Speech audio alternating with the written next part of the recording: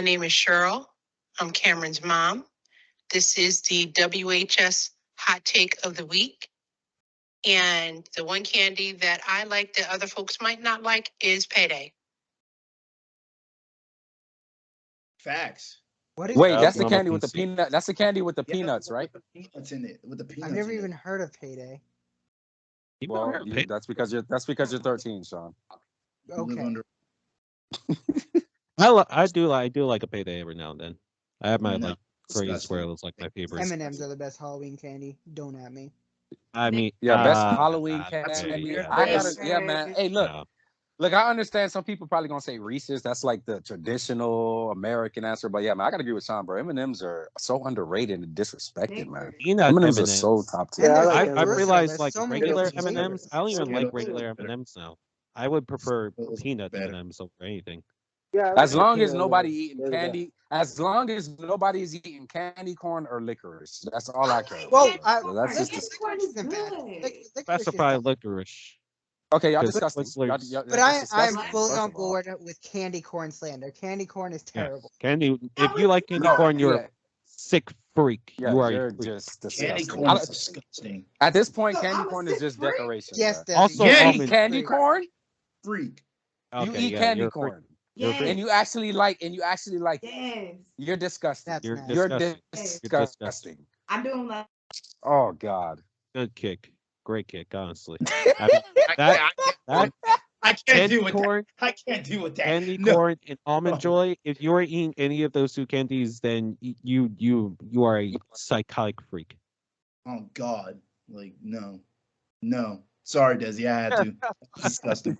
That's disgusting. Y'all let him kick me. That's crazy. Because you like candy corn. How we were supposed to stop it? We can't stop it. So for my hot take this week, I'm gonna stick with the candy I guess theme for my hot take this week. I think a lot more people should be eating Milky Ways. Milky Ways aren't bad.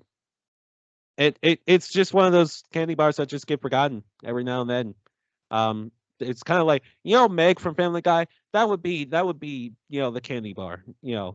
Milky Way is the Meg of candy bars. And I feel like a lot more people should appreciate Milky Ways because they're actually pretty good. They're pretty good. They're not like Almond Joys where you get almonds and chocolate and stuff. It's not like a Mars bar or anything. It's not any of that. It's its own form. It's its own form. So that's my hot take. More people. You said Meg. You said Meg from Family Guy. Yeah, it's like the Meg. It's like the Meg of candy bars. And Tolu, PC, I will say this: for every Meg of a candy bar, there's a quagmire. Never mind. Let's move on. Broncos country. We will continue to ride because my hot take is going to be this: Broncos face the Panthers, Raiders, and Titans next after the bye week. So my hot take is going to be pretty simple. After the bye week, the Denver Broncos are going to go on a 3-game win streak against the Panthers, Raiders, and Titans. We will be sitting at 6-5. Russell Wilson will have it figured out by then. And ladies and gentlemen, how Russell Wilson usually starts the season out really hot, and then he kind of fails towards the end of the season and ladies and gentlemen, you have witnessed Russell Wilson sucking the beginning of the season. And towards the end of the season, ladies and gentlemen, Broncos country will be riding into the sunset, into the playoffs. So my hot take is that we are going to go on a 3-game win streak. Russell Wilson is going to figure it out, and the Denver Broncos are going to make the NFL playoffs at 10-6. Ladies and gentlemen, let's ride. Broncos country. Let's ride. Broncos country. Let's ride. You sound cringy, just like your quarterback. Next is my Broncos country. Gianni next. I think the NFC Championship game is going to be the Vikings and the Eagles. But this is what's going to happen. Remember in 2017 when the Eagles and Vikings played each other, the final score was 38-7? I'll tell you this. The NFC Championship game is going to be the same way. Eagles are going to beat the Vikings 38-7 in the NFC Championship game. You must think this is WWE. How do y'all talk about scripted out? Like, what is wrong? How do y'all talk about? Wait. So y'all call us biased I'm biased for talking about the Broncos. Biased, Dezzy's delusional. biased for talking about the Bills. But that has to be the most biased hot take I have ever heard, bro. The Okay. same exact score, bro. If you guys The same think, exact score. so you guys are implying right now to me that you don't think the Eagles are gonna make the NFC Championship game. Is that what you're implying? No, that's not Oh, what no, we no, said no, no, at no. all. I 100% Okay. think the Eagles are going to make the So NFC what Championship is the issue with Gianni thinking that the Eagles are going to make the NFC Championship game? You can make the argument for the Vikings. You know, I don't know about the Vikings quite yet, because I think the Niners are a better team than them. But the Eagles making an NFC Championship game right now. We're a complete team. We're a healthy team. 38-7. I mean, shoot, we already beat them 24-7 this PC, year. our problem than them making the NFC Championship is that Yeah. Gianni thinks this is scripted out WWE. Everything's like a fairy tale. We all where it's know going to there's be a the scripted exact NFL. same score as 5 I mean, years for ago. goodness Like, sake, come Sean, on, man. Sean, for Two goodness completely sake, different quarterbacks. Deshaun Watson's first game back is going to be against the Texans. And you're telling me there's not a script in the NFL? Come on. That's different than the be for real. exact that in-game NFL score. Roger Goodell, he has his agendas. He All right? does. I can't disagree with you there. Anthony Davis, who is absolutely killing it this year. He's averaging 24 a game. He's leading the league in he has averaging like 10 rebounds a game. He's averaging 2.4 blocks per game and he's averaging like 2.3 steals. He is always considered street clothes. But meanwhile, Kawhi Leonard, who hasn't played more games since he's been in LA than Anthony Davis, it has not played as his only games played this year was against the Lakers. But the Clippers are all of a sudden they're favorites to win the title.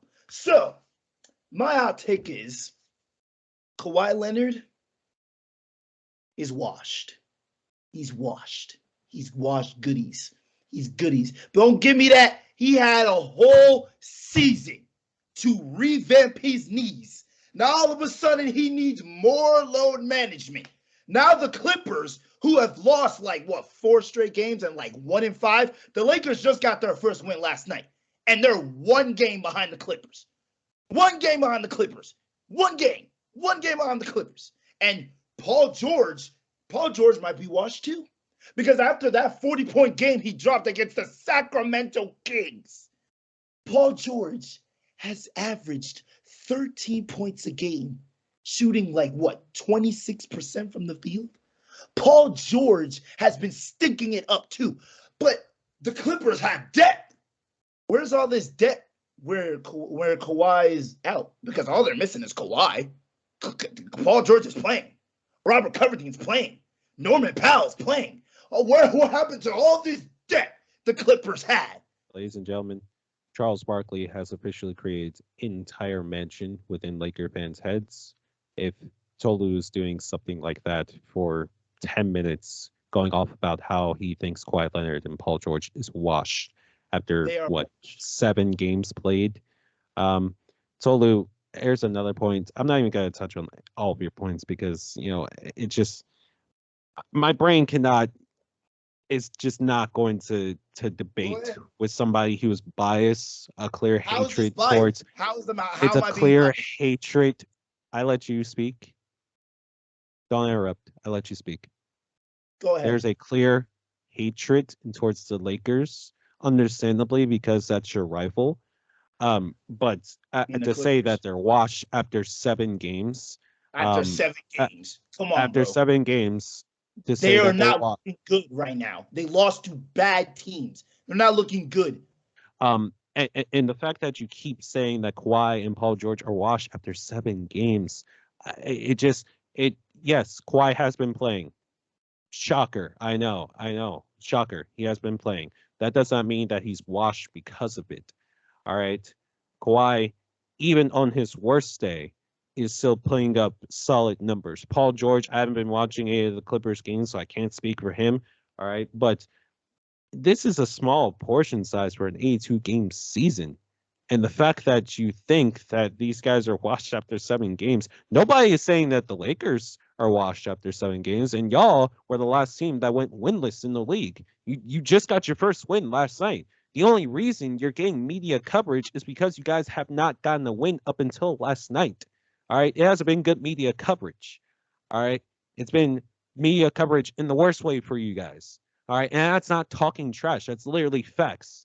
You have Bleacher Report posting shameless clips of LeBron goaltending, blocking a ball that was a goaltend. That's shameless. All right. So I'm not going for any of that. We'll see if your hot take remains true. Give it 2 or 3 months into the season, not after barely 10 games. We're not even at 10 games yet. Like, come on, man. Thank God I'm finally up. Holy. Tolu's hot take took over 2 hours, so I'm going to try to make this quick. TK, you're absolutely delusional for having your team going on a 3-game winning streak after the bye. Because my team is going on a 3-game winning streak after the bye. We have the Lions and the Texans. We have a bye this week, and then we have the Lions and Texans. Those are going to be 2 wins. And then after that, we play the Dallas Cowboys on Thanksgiving. Not prime time, but Thursday night. Not Thursday night, but Thanksgiving. It's a big game. We should be getting some players back. Hopefully, Evan Neal, Azeez Ojulari are back from injury, and we are going to get our revenge on the Dallas Cowboys and the fraud Giants, who've just been getting lucky all season. Who this loss shows that the season is over, is going to be proven that it's not actually over, because we are going to go from 6-2 to 9-2 at this 3-game win streak against the Lions, Texans, and getting our revenge versus the Dallas Cowboys on Thanksgiving.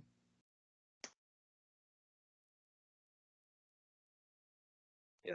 Y'all takes were so biased this week, man. Y'all takes were so biased this week. This is the guy who called Tyrese Maxey a future superstar. Yes. I mean, I ain't gonna lie. Tyrese Maxey is tough. I mean, he did He's just not a drop future 44 superstar. points. Bro, on, it doesn't that's- matter yeah, how tough he is. I agree with Superstar you. is, bro. I Stop. We're not Corey doing this. We're Brewer not doing dropped this. 51 points. Is he a superstar? No. So, Like, stop. let's- He's no, stop. Nobody called him a Maxey is superstar. future superstar. Yes. And nobody Nobody called called Tyrese him is a Tyrese star. He is a Tyrese star. Maxey Anyway- is a future star. I didn't even Not call him a superstar. superstar. I say he has a potential of one. There's a difference. Hey guys, this is PC here, the co-host, director, editor, you get the point. Well, I hope you enjoyed that video. Make sure to like it, of course, and subscribe while you're at it. It would mean a whole lot to me. And make sure to check out the audio EPs that are always going to be in the description below.